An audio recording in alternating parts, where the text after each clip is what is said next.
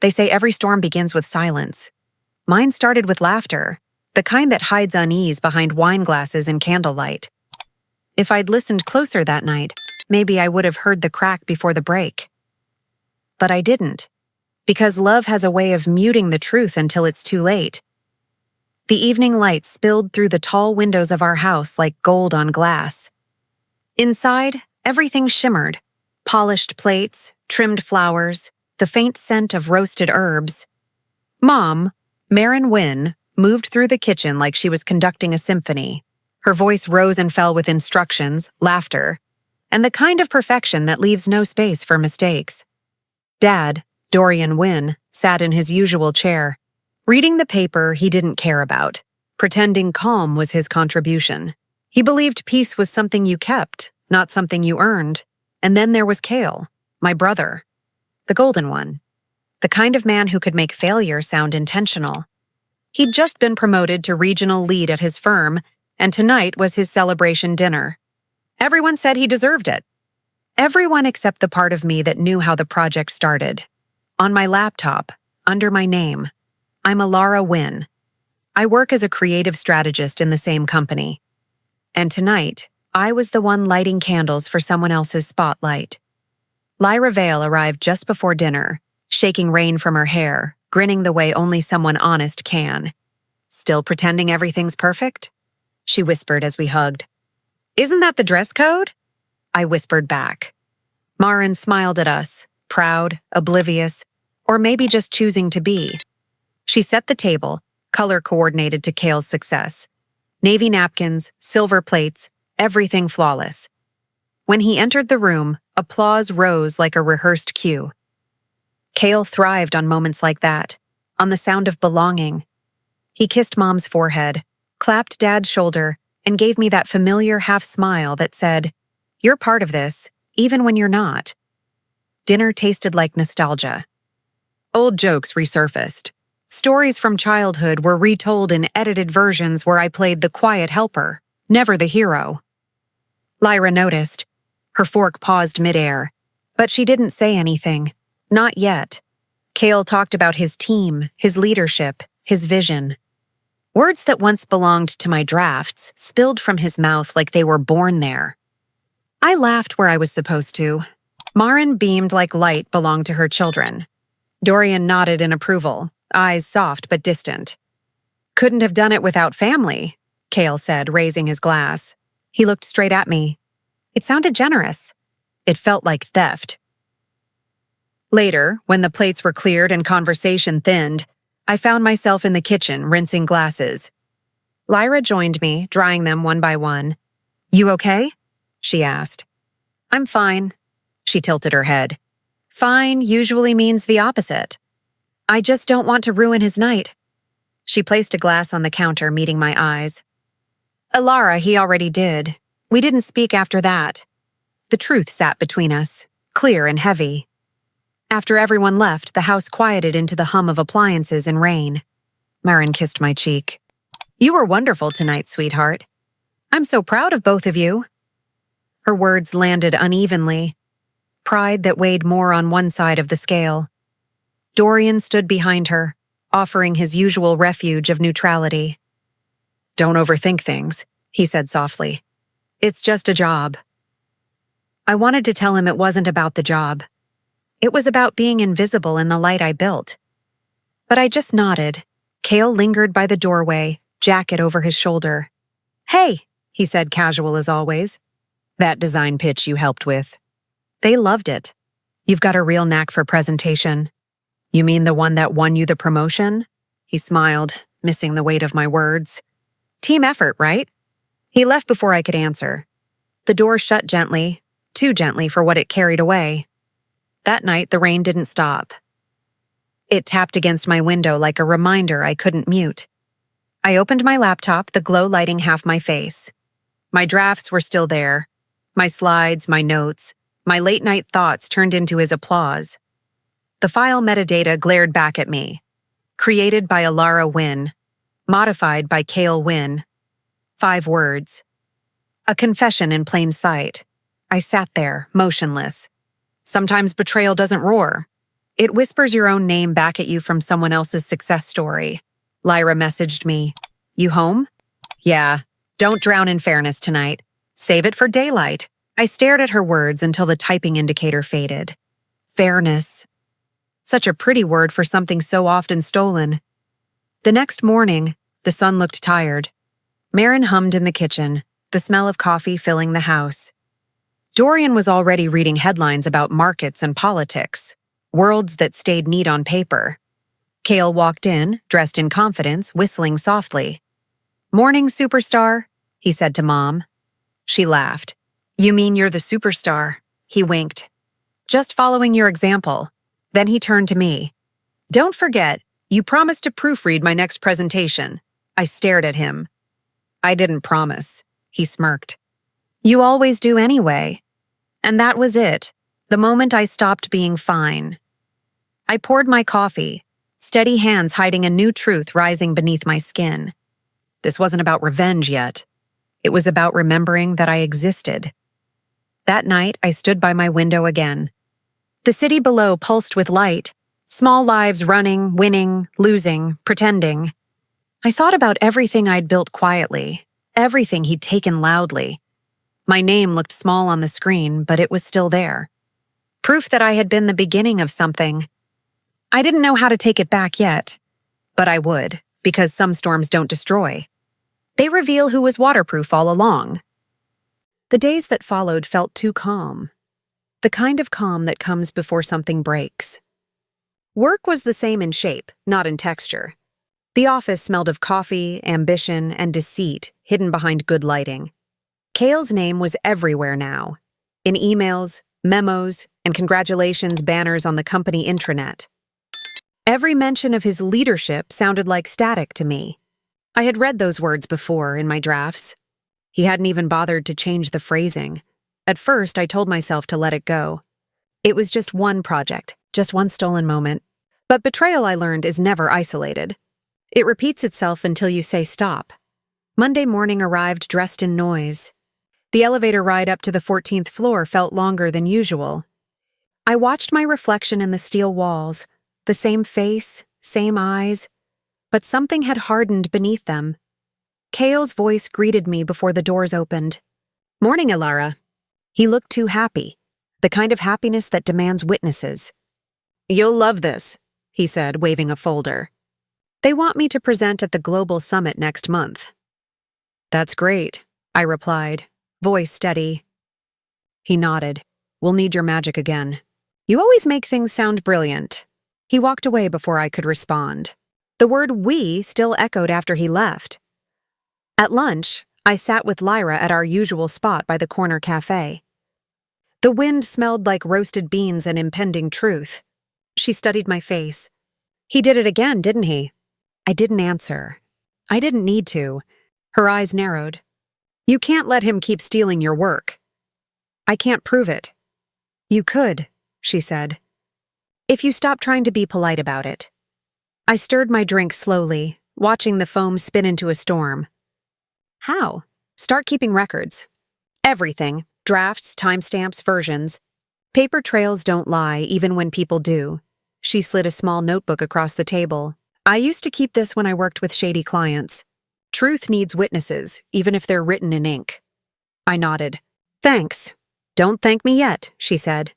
You're about to find out what he's really afraid of. That night, I went through my files again. Folders stacked neatly, dates aligned like soldiers. My old project versions still carried my initials in metadata. EW. His copies had them too, hidden under renamed files. I printed everything. The sound of paper feeding through the printer was oddly satisfying. Each sheet felt like recovery. By the time I was done, it was past midnight. Marin knocked softly on my door. Ilara, you're still awake? Couldn't sleep, I said. She peeked in, eyes full of maternal confusion.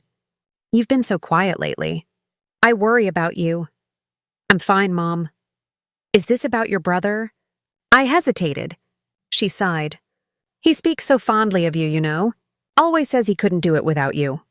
I smiled faintly. Maybe he's right. She nodded, pleased, missing the layers beneath the words. Good. Families should lift each other, not compete. When she left, I whispered to the empty room. Then why do I always end up holding the weight? The next morning, Cale called me into his office.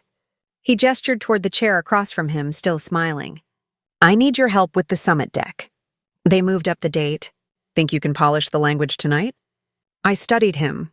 The confidence, the entitlement disguised as teamwork. Sure, I said. Send it over. He grinned, relief flickering across his face. Knew I could count on you. He didn't notice the subtle shift in my tone, the stillness in my voice. He didn't notice that for the first time I wasn't helping him. I was studying him. When he left, I opened his draft. It was mine again. Same structure, same examples, same closing lines about innovation and empathy. He had learned nothing except how to copy cleaner. I made a new file. Version Truth 01. I kept his name in it, along with every traceable link to my original. This time the evidence would speak in my voice. By Friday, whispers began to ripple through the office. Someone had noticed identical phrasing between his past presentation and my proposal file stored in the shared drive. Coincidence, they said. I let them think so. For now, at noon, Lyra messaged me, "Ready?" I replied, "Almost." Let him hang the picture before I show them who painted it. That weekend, Marin hosted another dinner. Smaller, quieter, but just as performative. Cale arrived late, a bouquet in hand, apology perfectly rehearsed. I've been drowning in meetings, he said, dropping the flowers on the counter. Important ones, Dad added, proud. Cale smiled at me. You know how it is, I nodded. Sure, some of us just tread different kinds of water. Lyra joined us again, claiming she'd missed Mom's cooking. She gave me a knowing look, a flicker of solidarity behind polite smiles. Dinner carried on like any other. Stories recycled, laughter cued, history rewritten in real time. But this time I wasn't quiet. When Dad mentioned Cale's big upcoming presentation, I leaned forward. Oh, the summit one? I've seen the slides. Great use of color. Cale froze for a second, then smiled. Yeah, Lara helped me draft some of the framework. I tilted my head. Just the framework? His fork paused midair. You know how it works. Collaboration. Right, I said. Some of us build foundations. Others decorate the walls. Mom glanced between us, uncomfortable. Let's not talk work at the table. Lyra coughed softly to hide a grin. Later, as we were clearing dishes, Cale cornered me near the sink. What was that? He whispered. What was what? That little dig back there. I shrugged. Just conversation. You're not seriously upset about the project, are you? Upset? I said. No, just observant. His jaw tightened. You're making it weird. Maybe it was weird before I started talking. He leaned closer. Alara, don't start something you can't finish. I met his gaze without flinching. That's the thing, Cale. I finish everything I start. He stepped back, masking discomfort with a laugh. You've changed. Finally, I said. That night, I sent the updated file, version Truth 02, to the HR archive under Team References. No note, no explanation. Just the facts waiting in plain sight. I stared at the screen, heartbeat steady. For the first time, I wasn't reacting to his choices. I was making my own. By Monday morning, the first email hit. An internal auditor from HQ wanted clarification on authorship for multiple projects. Cale looked confused, then nervous. He came to my desk, holding his phone like it was proof of innocence. Did you get this too? He asked. I did, I said calmly. Do you know what it's about? I imagine they're verifying who actually did the work. His face shifted. Surprise first, then anger. You didn't. I didn't need to. The files spoke for themselves. He ran a hand through his hair, pacing. This could ruin me. I looked at him for a long moment. Then maybe stop calling what I built yours. He said nothing after that. He just stood there, realizing the storm wasn't coming. It was already here. That evening I met Lyra at our cafe. She handed me her phone, screenshots of the internal communication thread. HR is reviewing everything.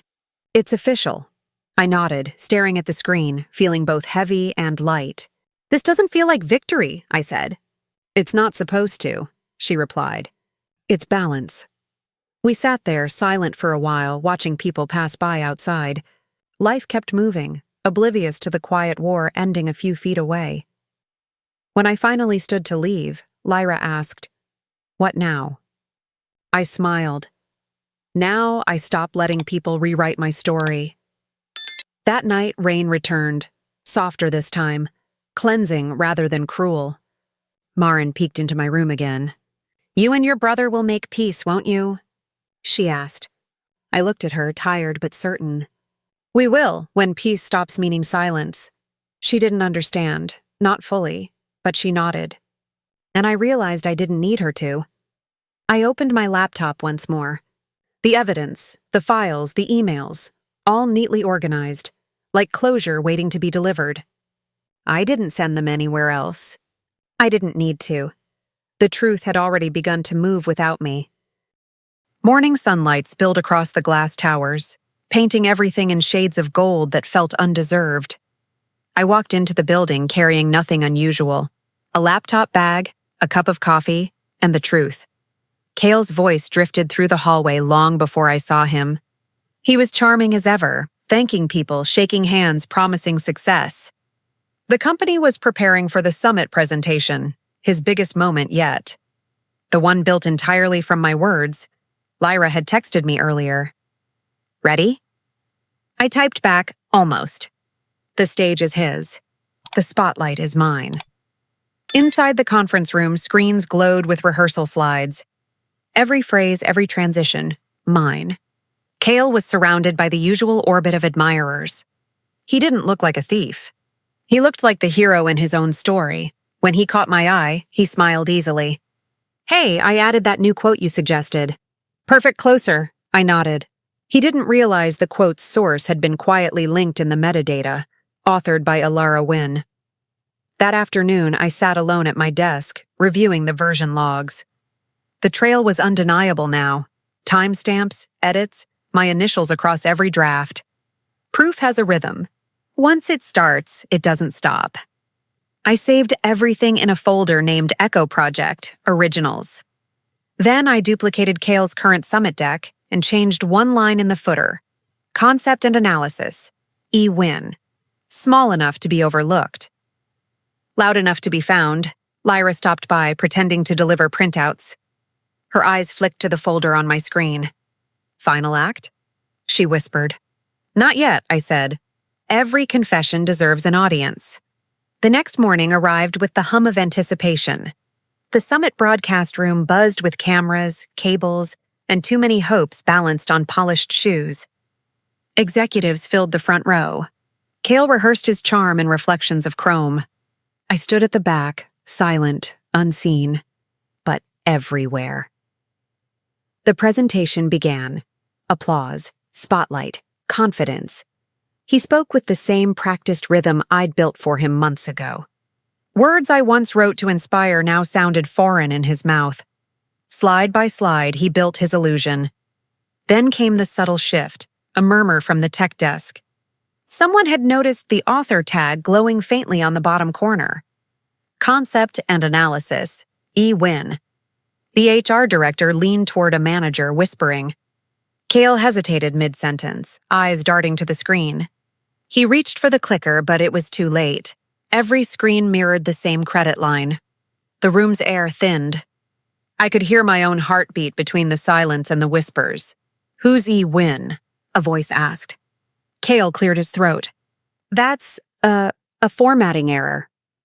The HR director replied, "It appears on every slide." Another manager opened a file on his tablet. The metadata bloomed on the screen, and there it was again, created by Alara Wynn. He looked toward me then. For the first time, his confidence cracked. It wasn't anger in his eyes. It was recognition. The meeting adjourned faster than expected.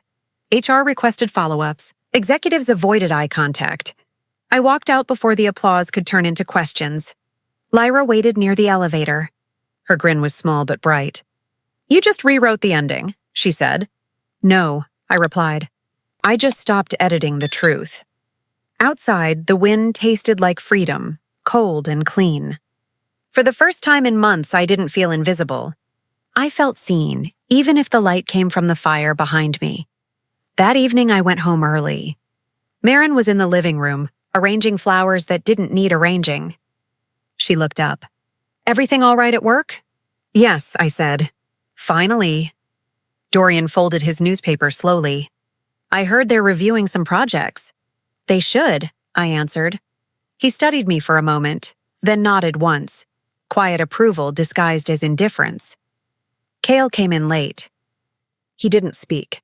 The air around him felt heavier, like guilt had weight. He walked past me without a glance, but the silence between us said enough. In my room, I opened the balcony doors. The city hummed below, unaware of how easily truths fall and rise again. I poured everything I had into one last document. A simple timeline. Proposal drafted. Edits logged. Credit misplaced. Balance restored. I titled it Boundary Report. Final. Not to submit. Just to remember, the next morning an email waited in my inbox. Subject, Acknowledgement of Contribution, Project Eclipse. It was formal, brief, undeniable. The board had verified authorship. My name was attached publicly to the project's success. The message ended with a line that made me pause. "Thank you for demonstrating integrity under pressure." I leaned back, breathing in a version of relief that didn't tremble. Integrity under pressure. It sounded like a compliment. It felt like survival. At lunch, Lyra and I sat in the courtyard behind the building. She handed me a small envelope. "What's this?" "Proof that Karma reads emails." Inside was a printed memo announcing the reassignment of Cale Wynn, temporary suspension pending internal review. I folded the paper carefully and slipped it into my notebook. "Does it feel good?" she asked. "It feels quiet," I said. "That's good. Quiet means it's real." Days turned into a rhythm of stillness. People approached me differently now, not louder, just with more weight in their tone. The same colleagues who once overlooked me now measured their words. Respect had replaced familiarity, and it fit better than forgiveness ever could. Marin tried to talk about it one night over dinner. "I know it's been complicated," she began. I smiled gently. "That's one word for it." "Your brother will recover from this," she said. "I hope he does," I answered. "He'll be fine. He always lands on his feet." "What about you?" she asked. "I think," I said, "I finally learned how to stand." Later, I found a note slipped under my office door. No name, just one line written in Cale's handwriting. "You win." I placed it in my drawer without replying. Because this was never a competition. It was a correction. That night, I returned to the balcony one last time. Rain began again, light and steady. The city lights blurred through it like watercolor on glass. For the first time, I didn't feel like I was waiting for justice. Justice had already arrived, quiet, balanced, and enough. I closed my eyes and let the sound of rain replace every apology I'd never get. Tomorrow would come, ordinary and clean, and when it did, I would walk into it not as a shadow, but as proof that silence, when it chooses to speak, can change everything. Silence lingered longer than applause ever had. In the days after the summit, the office felt different. Not louder, not quieter, just aware. People avoided Cale's name like it was bad luck. The story had already written itself in whispers. The golden boy who borrowed too much light. I didn't speak about it. I didn't need to. The truth had done its work. It didn't need a spokesperson. Emails came in. Formal acknowledgments, quiet congratulations, polite corrections. My name now sat where his once did. Every time I saw it, I felt both lighter and sadder. Recognition doesn't always heal. Sometimes it just confirms what was broken. Cale stopped coming to work for a while. Rumor said he'd taken a leave of absence. No one asked me about it directly, but I caught the looks. Sympathy mixed with curiosity.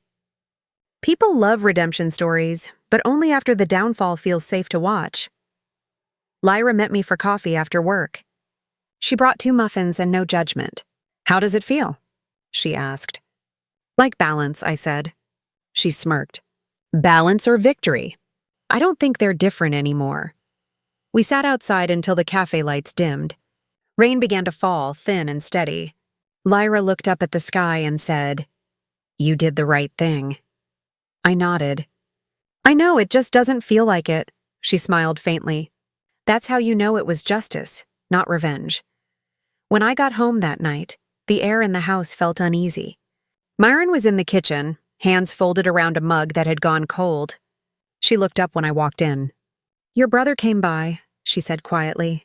Okay? He's not himself.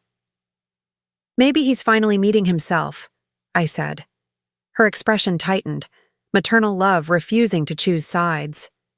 Alara, you've made your point. Don't let this turn into cruelty. I leaned against the counter. I didn't humiliate him, Mom. I just stopped hiding the truth. That truth could cost him everything. It already cost me enough, I said. He'll survive. She didn't answer, but her silence carried the kind of hurt that comes from realizing your peace has a price. A few days later, my manager called me in. The office smelled like old paper and cautious respect. He congratulated me formally. Acknowledgement of contribution, new opportunities, project leadership. Every word sounded like closure wrapped in corporate tone. But what caught me off guard was his last line. Your brother's reassignment is temporary. He asked to work remotely for a while. He spoke highly of you, highly of me. The irony stung, admiration arriving only when it couldn't harm him. I nodded politely and left his office. Outside, the corridor windows framed the city in light. For a moment, I saw our reflections side by side, his shadow fading, mine finally clear. That evening, Cale called. Not a message, not an apology typed out of guilt. An actual call. I almost didn't answer, but curiosity is a stubborn thing. Alara, he said, voice low, uncertain. Cale. I didn't mean for things to go this far. Didn't you? I was under pressure. You know how the company works. Image, numbers, expectations. Excuses, I interrupted softly. You always had them ready, he sighed. I made a mistake. I waited. I'm sorry, he said. Really? The word sorry felt small but real. For a moment, I wanted to believe it. But belief doesn't erase repetition. It only delays it. I accept your apology, I said. But I don't forget patterns. I just want us to be okay, he whispered. We will be, I said. Just not like before. There was silence. The kind that signals the end of something, not the pause in it. Days passed. The company slowly moved on, as companies do. My new title appeared in the directory. My work began to stand on its own, unborrowed, unfiltered. People started coming to me directly, for ideas, for advice, for leadership. Respect, when it's earned quietly, grows roots. Lyra surprised me with a small celebration. Just the two of us, candles and cheap cake. To new beginnings, she said, raising her cup. To no more stolen drafts, I replied. We laughed, and for the first time, the laughter didn't sound like defense. At home, things softened. Myron still spoke of Cale with worry, but her tone had changed, less blind, more balanced. Dorian started asking me about work. He never said he was proud, but I could hear it in the way he listened. One evening, as we ate dinner, Myron reached across the table and touched my hand. I read your article, she said. The one about creative integrity. It was beautiful. Thanks. She hesitated, then added, I didn't realize how much you were holding in. You weren't supposed to, I said gently. I was too busy trying to be easy to love. Her eyes shimmered and she nodded. Love, I realized, doesn't disappear when it's hurt. It just learns new boundaries. A week later, Cale visited the house again. He looked smaller somehow, not in body, but in presence. He greeted Mom, shook Dad's hand, then turned to me. Can we talk? Sure. We stepped outside into the cool evening air. He stared at the sky before speaking. I started my own project. Small team, honest work. It's strange doing it right this time. I'm glad, I said. He nodded. I learned something. People don't stay fooled forever. Neither do we, I replied. He smiled faintly. You were always stronger than me. No, I said. I just stopped pretending I wasn't. For the first time, his smile looked human. No performance, no polish. Just truth. And that was enough. That night, I sat at my desk again. My laptop screen glowed soft and warm. The files that once held my anger now held lessons. I opened a new document and typed a title. Chapter 1. The Version That Belongs to Me. The cursor blinked, waiting. I began to write. Not about betrayal, not about revenge, but about becoming. Each sentence felt lighter than the last. Every word sounded like breathing. The storm had passed. What remained was the calm that comes only after surviving yourself. Healing didn't announce itself. It arrived quietly, like morning light that slips through blinds, soft and certain. For weeks, I lived slower. No revenge to plan, no truth to prove, just days that belonged entirely to me. Work stopped feeling like a battlefield and started to feel like a canvas again. My desk wasn't a place of defense anymore. It was a space to create. Lyra visited often. We stopped talking about what happened and started talking about what could. She brought me paints one afternoon and said, "Color something that doesn't hurt?" I did. Every shade I touched turned into a boundary I could finally see. Marin called more, too. Her voice had softened. Sometimes she just wanted to tell me about the garden, or the way the rain smelled after sunset. We didn't talk about Kale much, and that silence was a kind of peace. One evening I caught my reflection in the office window. Not tired, not angry, just there. For years I'd been surviving on borrowed space, waiting for permission to breathe. Now every breath was mine. I wrote again, but this time not for reports or proof. Stories, fragments, memories, all the parts I'd hidden behind restraint. It felt like learning my own language after years of translation. Healing wasn't dramatic. It was steady, kind, and beautifully uneventful.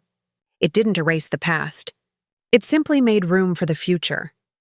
When people asked how I was, I stopped saying fine. I said, better, because I was. Time passed, and the noise faded.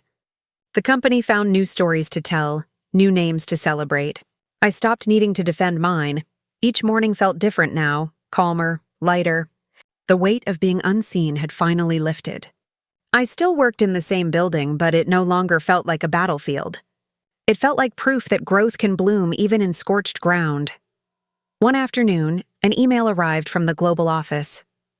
They wanted me to lead a cross-regional project, the kind of offer I used to dream about, back when I thought validation came from someone else's approval. This time I didn't hesitate. I said yes. Lyra was the first person I told. She laughed through the phone. I told you the world listens when you speak in your own voice. Maybe, I said. Or maybe I just stopped whispering. Later that week, I met Kale in the lobby. He looked different, not broken, just real.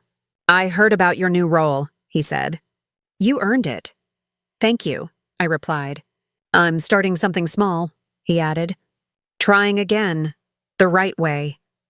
I'm glad, I said. There was no anger left between us. Only understanding, the quiet kind that arrives after two people finally stop pretending. That night, I walked home beneath streetlights that flickered like applause only I could hear. The city no longer reminded me of what I'd lost. It reminded me of everything I'd built. Redemption wasn't about him or even the company. It was about me, standing tall, steady, and free in the life I created from the truth. The world didn't change when everything ended. The sun still rose, the city still hummed, and yet it all looked new. I walked the same path to work, the same streets that once felt heavy with silence. Now they felt alive, like they finally belonged to me. Inside the office, my name glowed softly on the door plate, not louder than anyone else's, just clear, steady, earned. I touched it once, not to check if it was real, but to remind myself that it didn't need to be. Lyra met me for lunch, her grin as bright as ever. New project? She asked. New chapter, I said. That evening, I took the long way home. The wind carried the scent of rain, the same scent from the night everything changed. Only this time it didn't smell like loss. It smelled like arrival. On my desk, a single note waited in my handwriting. Keep building. And I would, because the story was never about revenge. It was about return, to truth, to peace, to myself. And for the first time, that was enough. CTA. Add-on. If this story moved you, don't forget to like, share, and subscribe for more stories that remind us how strength can rise from silence. Tell me in the comments, what would you have done in Alara's place?